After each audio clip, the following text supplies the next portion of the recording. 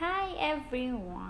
So, maghimo na pud ko panihapon kay kabalo mo guys, naku chika sa inyo.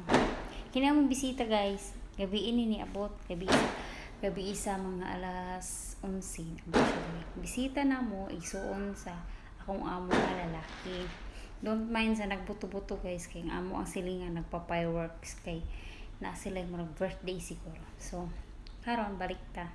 Kini ang among bisita diri natulog, siguro diri nagulod siguro ni mo puyo kay nagdaghan man kay mga bag dala may guys tulo ka malita ang idala nagsige na kuno na kami ng mga katabang sino na usahay ni siya no nag-away sila siyang bana o nilayas ni siya o nga nag-alsa baluta siya tapos diri na siya mo puyo nagdala siya siyang uniform pantrabaho ano pero among bisita is babae ha igsuon sa kung among lalaki babae siya half sister.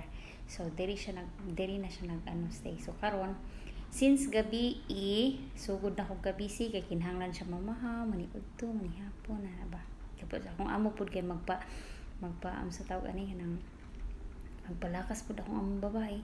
Di siya maghimo jud ka kinahanglan jud ka maghimo pagkaon nga ni hana ka di ko gusto nga makadungog lang istorya dito sa pika side na ina wala na ako siya gipaka-counter sa balay. So karon time check 9 PM.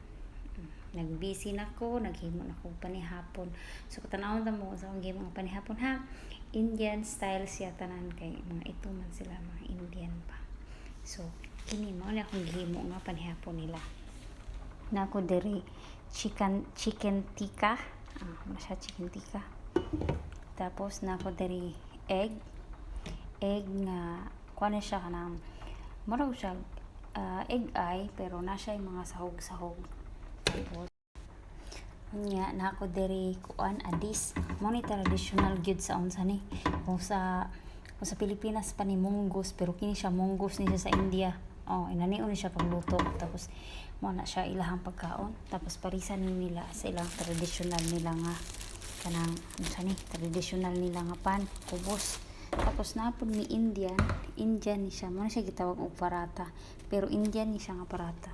So piya nag-ice siya guys no nag-ice kay kuan pa ni siya inito ni mo ni siya sa kanang karahay. Ako siyang gigawas kay para dali ra siya maluto tanaw nag-ice pa. So kinahanglan tanggalon ng ice para tapos inito ni mo na siya sa karahay nga init na mantika gamay. Mo ni ilang panihapon.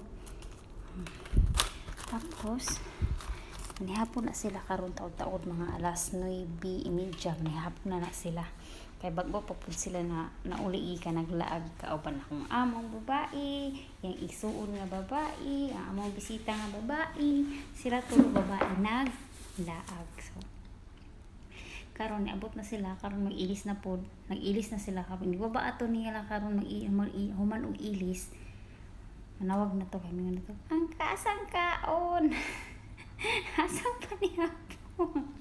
So kaya manawag luto lingkod-lingkod lang sa ako dari kadali lingkod lang sa kay medyo haway gyud ang tuhod. Bye bye, thank you for watching.